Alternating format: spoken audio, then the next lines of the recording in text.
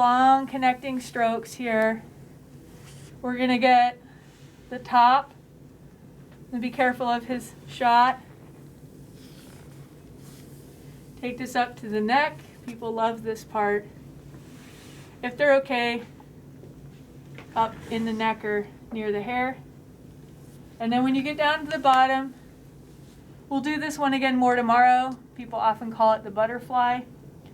You sink in as you get towards the hips and take this one all the way to the top of the hips. So I'm squeezing in and down, and almost everybody really loves that.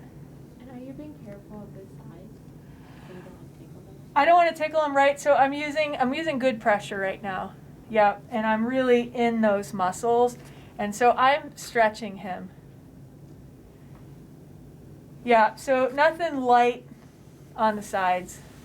So where should they be feeling that stretch? Feel it right in my spine. Lower Right on side? each side, you know, just all the way up into my optic nerve. So the most, direct part of the muscle and fascia that I'm stretching right now is right here. This is where they're most likely going to feel it, but there's all kind of connections, and some of your clients will feel it like all the way into other places.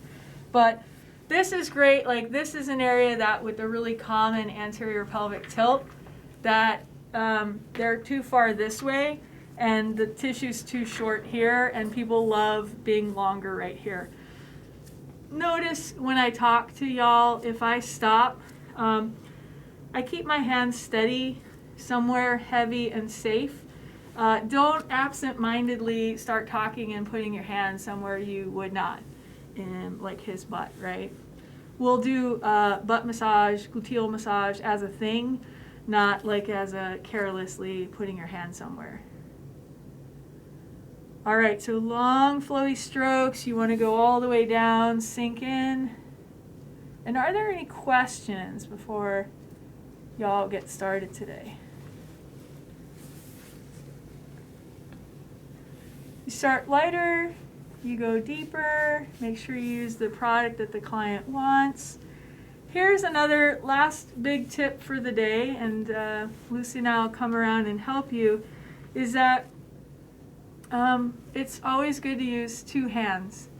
So even if one of the hands is just protecting the spine, even if one of the hands is literally supporting your forearm, even if one of the hands is just being supportive, it's going to feel more connected to the client than if one of the hands is like this or on your cell phone, right?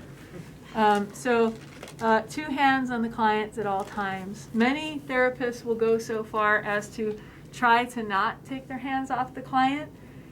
That can work if you're really smooth about it, but it can also be awkward if you're like trying to get lotion or whatever. So as long as you're very clear about, if you're taking your hands off, you're doing something logical and you don't surprise them by landing somewhere totally different. So you can do things like follow a pattern, and I've noticed some of you do a really good job of this with the work we've done so far.